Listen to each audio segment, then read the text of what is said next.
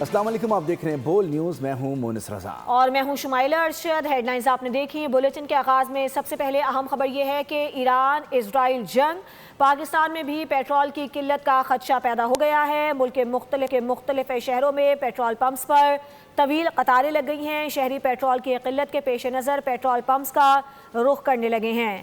Coordinator وزیر اعظم رانا احسان کا کہنا ہے کہ آج رات پیٹرول کی قیمت میں اضافہ نہیں ہوگا، تاہم 8 مارچ سے قیمتوں میں رد و بدل متوقع ہے۔ قیمتوں میں اضافہ متوقع ہے۔ ادھر پی ایس او کا کہنا ہے کہ پیٹرول کا وافر ذخیرہ موجود ہے۔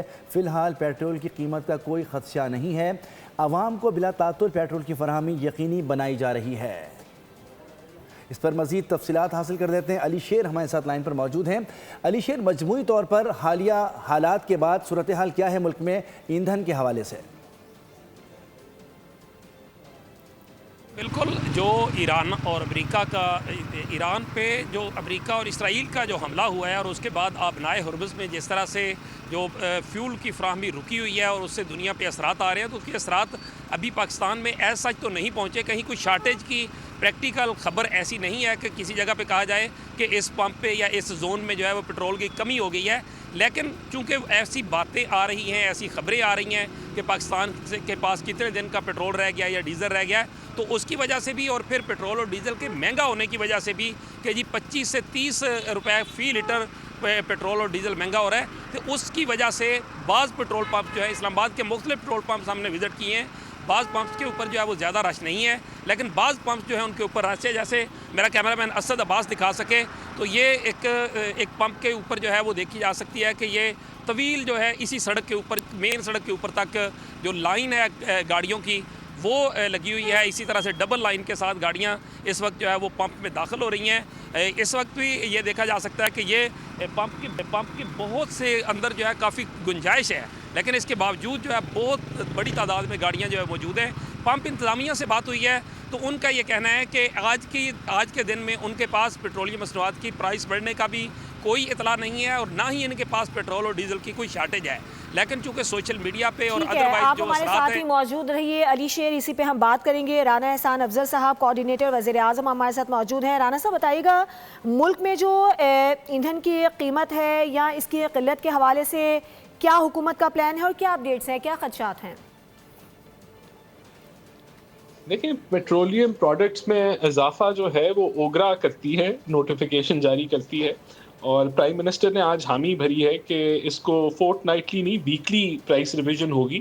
تو اس کے لحاظ سے تو مجھے کنفرمیشن نہیں ہے کہ کل قیمتیں بڑھیں گی، لیکن ویسے پھر تو 8 تاریخ بنتی ہے قیمتیں چینج کی، اور وہ پھر 7 کی رات بنتی ہے اور اس کے مطابق ہوگی۔ تو لیکن فائنل ڈیسیجن اوگرا کی طرف سے ہی آتا ہے، تو جب تک اوگرا کا نوٹیفیکیشن نہیں آتا تو کچھ بھی کہنا قبل از وقت ہوگا، کیونکہ ابھی پی ایم کی اپروول کے بعد اس کی اور فارمیلٹیز ابھی موجود باقی ہیں جن کے تحت اپروول آئے گا، اور پھر فورٹ نائٹلی سے ویکلی نوٹیفیکیشن جاری ہوگا، اور ایسا ہوا تو پھر وہ 8 تاریخ کو قیمتیں بڑھیں گی۔ بالکل، بہت شکریہ رانا احسان افضل، کوارڈینیٹر پی ایم ہم سے گفتگو کر رہے تھے۔ آپ کو بتائیں کہ ملک میں افواہیں ہیں، گردش کر رہی ہیں کہ موجودہ صورتحال کے ساتھ ساتھ جو ہے ایندھن کی کمی ہو سکتی ہے۔ علی شیر بھی ہمارے ساتھ اسلام آباد سے موجود تھے، آپ کا بھی بہت شکریہ۔ آگے بڑھیں اور خبر شامل کریں گے ایران اسرائیل جنگ۔ پاکستان میں بھی پیٹرول کی قلت کا خدشہ۔ ملک کے کئی شہروں میں صورتحال یہ ہے جو ابھی ہمارے نمائندگان نے بھی گفتگو کی کہ مختلف پیٹرول پمپ پر ہمیں صورتحال ایسی نظر آ رہی ہے کہ لوگ پینک کرتے نظر آ رہے ہیں، لیکن حکومت کی جانب سے یہ صاف کہہ دیا گیا ہے کہ فی الحال ایسا کوئی خدشہ موجود نہیں ہے۔ بالکل، ایران جنگ کی بنا پر پیٹرول مہنگا ہونے لگا۔ قیمت میں اضافے کو فوری طور پر عوام پر منتقل کرنے کا فیصلہ کر لیا گیا ہے، کیونکہ IMF کے مطالبے پر پاکستان میں پیٹرولیم مصنوعات کی قیمتوں کا تعین 15 روز کے بجائے ہفتہ وار کیا جائے گا۔ وزیر اعظم شہباز شریف نے وفاقی اور صوبائی حکومتوں کو پیٹرولیم کے ذخیرہ اندوزوں کے خلاف سخت کارروائی کی ہدایت کی ہے۔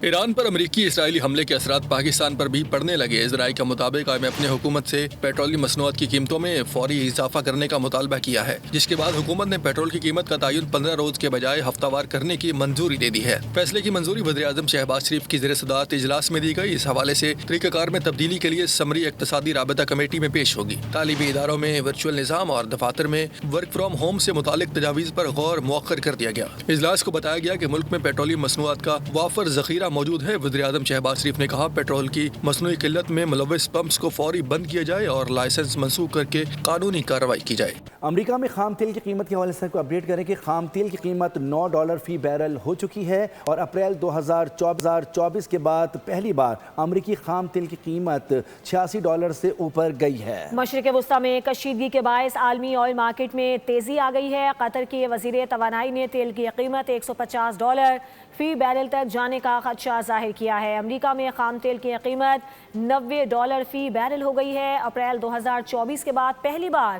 امریکی خام تیل کی قیمت $86 سے اوپر گئی ہے۔ مشرق وسطی میں کشیدگی کے باعث عالمی آئل مارکیٹ میں بھی تیزی آ گئی ہے۔ قطر کے وزیر توانائی نے تیل کی قیمت $150 فی بیرل تک جانے کا خدشہ بھی ظاہر کیا ہے۔ آگے بڑھیں گے، خبر یہ ہے کہ قطر کے وزیر توانائی نے مشرق وسطی میں جنگ کے باعث تیل کی قیمت $150 فی بیرل تک جانے کا خدشہ ظاہر کر دیا ہے۔ ان کا کہنا تھا کہ یہ جنگ خلیجی ممالک سے توانائی کی برآمدات روک دے گی۔ قطری وزیر توانائی کا کہنا تھا کہ ایران، امریکہ اور اسرائیل کی وجہ سے مشرق وسطی میں ہونے والی جنگ کے باعث عالمی معیشت کو شدید نقصان پہنچ سکتا ہے۔ تیل کی قیمتیں $150 فی بیرل کی شرح کو چھو سکتی ہیں۔ خبر شامل کریں گے، سعودی عرب نے الخراج گورنیٹ پر کروز میزائل سے حملہ ناکام بنا دیا ہے۔ سعودی وزارت دفاع نے میزائل تباہ کرنے کی تصدیق کر دی ہے۔ متحدہ عرب امارات کے فجیرہ آئل انڈسٹری زون کو بھی میزائلوں سے نشانہ بنایا گیا۔ سعودی عرب نے الخرج گورنریٹ پر کروز میزائل سے حملہ ناکام بنا دیا گیا ہے۔ سعودی وزارت دفاع نے میزائل تباہ کرنے کی تصدیق بھی کر دی ہے۔ متحدہ عرب امارات کے فجیرہ آئل انڈسٹری زون کو بھی میزائلوں سے نشانہ بنایا گیا۔ ملبہ گرنے سے لگنے والی آگ پر قابو پا لیا گیا ہے۔ ادھر ایران کی جانب سے کویت کی السالم ایئر بیس پر بھی حملہ کیا گیا ہے۔ ایران کے شہر مناب میں اسکول کی عمارت پر حملہ امریکہ نے کیا۔ امریکی اخبار نے اس حوالے سے بھانڈا پھوڑ دیا ہے۔ 28 فروری کو ایرانی اسکول پر حملے میں 175 طالبات شہید ہوئی تھیں۔ امریکی وزیر خارجہ اور دفاع نے اسکول پر حملہ کرنے سے انکار کیا تھا۔ اسرائیل اور امریکہ کی بمباری ایران کی شہری آبادی بنی نشانہ۔ ایرانی اسکول پر ممکنہ طور پر امریکہ نے حملہ کیا، نیو یارک ٹائمز نے سنسنی خیز انکشافات کر ڈالے۔ ایرانی شہر مناب میں 28 فروری کو اسکول کی عمارت کو نشانہ بنایا گیا۔ حملے میں طالبات سمیت 175 افراد شہید ہوئے تھے۔ حملے کی ذمہ داری کسی فریق نے قبول نہیں کی، تاہم امریکی اخبار کے مطابق سیٹلائٹ تصاویر، سوشل میڈیا پوسٹ اور تصدیق شدہ ویڈیوز سے ظاہر ہوتا ہے کہ اسکول کی عمارت کو باقاعدہ نشانہ بنایا گیا۔ رپورٹ میں بتایا گیا کہ کچھ فاصلے پر ایرانی پاسداران انقلاب کے زیر انتظام بحری اڈے کو بھی نشانہ بنایا گیا۔ ایران پر اسرائیل اور امریکہ کے حملے 7ویں روز بھی جاری ہیں۔ ادھر امریکہ کا ایرانی میزائل تنصیبات کو نشانہ بنانے کا دعویٰ۔ سینٹ کام کے مطابق امریکی فضائیہ کے B-2 طیاروں نے میزائل تنصیبات پر تباہ کن حملے کیے ہیں۔ اسرائیل کا ایران میں زیر زمین بنکر پر بھی حملہ۔ 50 سے زائد اسرائیلی لڑاکا طیاروں نے بنکر کو نشانہ بنایا۔ تہران، شیراز، کرمانشاہ اور اصفہان میں دھماکے۔ امریکی اور اسرائیلی حملوں میں شہید ہونے والوں کی تعداد 1332 ہو گئی ہے۔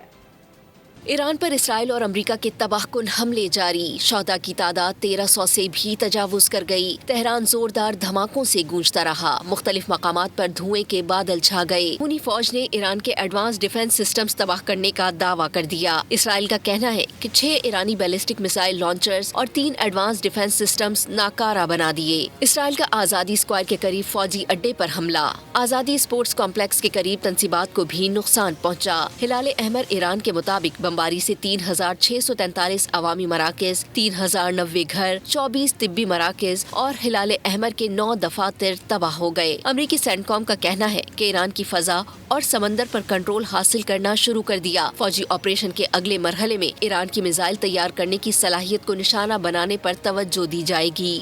اور ادھر ایران کے سفاک دشمن پر کاری وار، اسرائیل پر جدید ہتھیاروں سے حملہ کیا، ڈرونز اور بیلسٹک میزائلوں کی بارش کر دی۔ تل ابیب اور حیفا سمیت مختلف اسرائیلی شہروں پر خرم شیر 4 اور خیبر اور فتح میزائل داغے گئے۔ خلیجی ممالک میں بھی امریکی اہداف کو نشانہ بنایا گیا۔